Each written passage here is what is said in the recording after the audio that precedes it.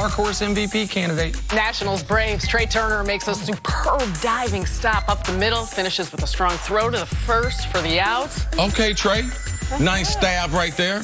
We're starting to get a little baseball in the highlights now. Well, it's about to be here in about 3 weeks. It's about to be the only highlights going to be baseball, unless we get more of those Baker Mayfield practice passes. Good job, Trey Turner. We got a highlight or a low light for you. Photographer taking a picture of a first pitch. Yeah, almost got taken out at the Royals-White Sox game. I don't know if this is possibly the worst or the best first pitch. I mean, look at the reverse angle. Look at the crowd. Unbelievable. Because they're not there. This is what happens when you have a Royals-White Sox rain out the previous day doubleheader. About 85 people in attendance. One of them gets pegged by the baseball. Nick, I can't believe you're ragging on my White Sox. Who is the lady throwing out the pitch? Okay. I don't know. We'll find out next hour. We'll find out who that is. Moving on She was bad. to Kawhi Leonard. He's in the midst of a dominant playoff run where he's averaging over 31 points per game. Clippers head coach Doc Rivers had high praise for the star, calling his recent play the most like Jordan that we've seen. He'll have to continue this run to take down the Warriors. Here's Steph Curry on facing Kawhi. He's a scorer, and he plays at his own pace really well. You try to speed him up, try to show him bodies, or play him one-on-one, and he has confidence to be able to get to a spot. So it's one of those things where one-on-one defense, you got to take that challenge, whoever's guarding him, try to force him into tough shots, understand he's going to make some of them, don't get deflated, get the ball out, go right back at him. But over the course of 48, same thing we do with any great scorer that we play against. It usually is not one person that we're going to leave on an island, but just got to make it tough on them. Same way that they try to do to us, no matter who we play. CeCe, how can the Warriors slow down Kawhi?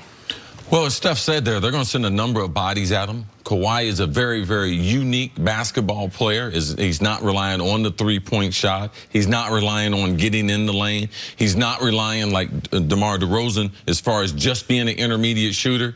I mean, he's the worst kind of basketball player. At all three levels, he is very good. Now, with his legs, which I believe he'll be healthier than he has been for a couple weeks, because Kawhi can play above the rim. He can be explosive. So his ability to be able to hit that three-point shot, to me, opens up everything else.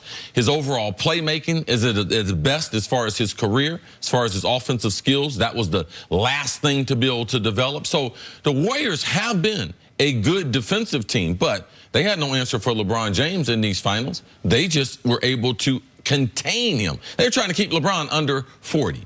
For a goal for them is probably keep Kawhi under 35. I believe Kawhi will get 28 to 34 points every game. They're not going to be able to do anything. And if Durant was there, it would give them an extra layer, because you could have guys on the ball and then have some rim protection at the end. Iguodala is not 100%.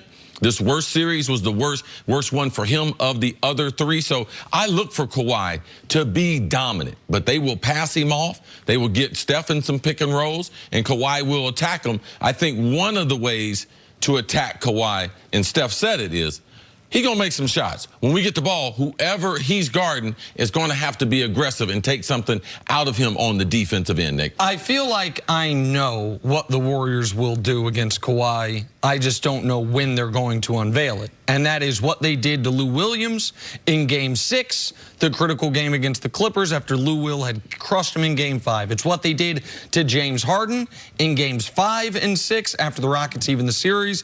And it's what they did to Damian Lillard the entirety of the Western Conference Finals.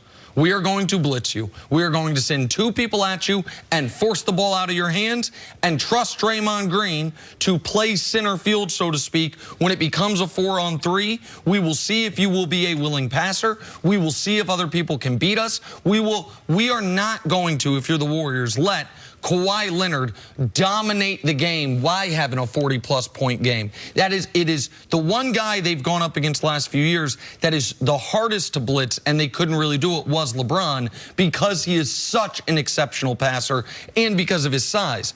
But Harden's a very good passer. They blitzed him. Dame's a willing passer. They blitzed him. Kawhi, of those two, is probably the least apt, the least skilled passing-wise. Now, he's also not bringing the ball up the court like those guys are, so he's not, you can't blitz him right past half court the way they were those guys when they were trying to initiate the offense. But I imagine that is what they will do with Kawhi. But I don't think they'll start the series off doing that because it compromises potentially the rest of the defense. And if Danny Green actually hits shots this series, he would have open corner threes repeatedly if that is the strategy they take. Yeah, I think it becomes very, very hard, Sarah, for a wing player. If you have a point guard, it's easy to set a trap for them because every NBA team, what's their number one offensive weapon? They run pick and roll. When you have a wing player who is off the ball, and also you have that corner shooter.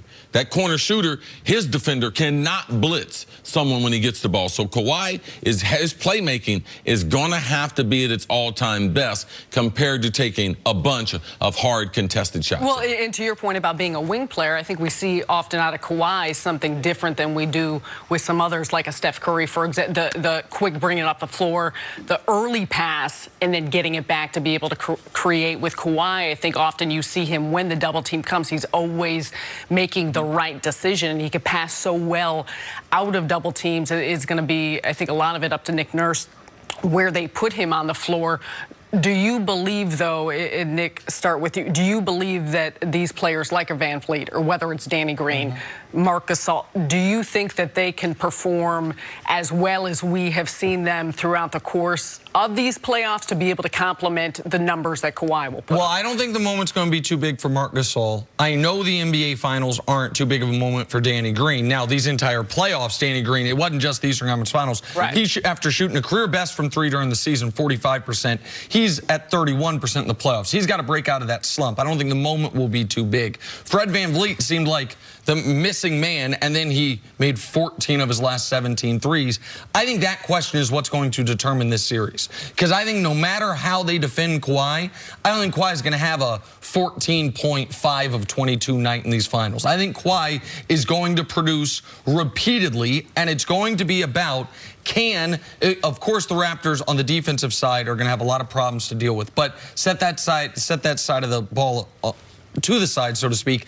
Can the other guys, when they have their open shots that are generated from the attention being put on Kawhi Leonard, can they knock down those open shots? And can Marc Gasol be a dangerous three-point shooter, which if Boogie ends up playing, could play him off the court too? Marc Gasol is a big key as far as Kawhi, take him away, because they have to be able to play big. You can't have Golden State force you to be able to play small. I believe Kawhi is going to be effective as a passer. You mentioned the guards coming off the bench. Norman Powell, Van Vliet, those guys in the Eastern Conference Final, they averaged 20 points between the two of them. If they get 20 points between the two of them, that's going to make this into a series. Powell starting to shoot the three-pointer, which opened up the dribble drive for him. If they get those types of things going, because they're going to have open shots. In the Milwaukee series, they had open shots against the Warriors are going to have open shots. It's a matter of knocking those shots down. So those reserve players, they play a key role in opening up the Warriors defense against Kawhi. Because if they're not hitting shots, then they're just going to collapse on Kawhi. And the other element, real quick, when you said the Raptors have to be able to play big, I do not think the Raptors will win a single game in this series that they don't win the rebounding margin. They have to crush Golden State on the glass. It is where they have their most obvious advantage is their size, their length, and their ability to get not only offensive rebounds, but to finish the defensive possession by getting defensive rebounds. They have to dominate that category every game that they're going to have a real chance to win. All right, speaking of size coming up, could Boogie Cousins be a major factor in the finals? That is next on First Things First.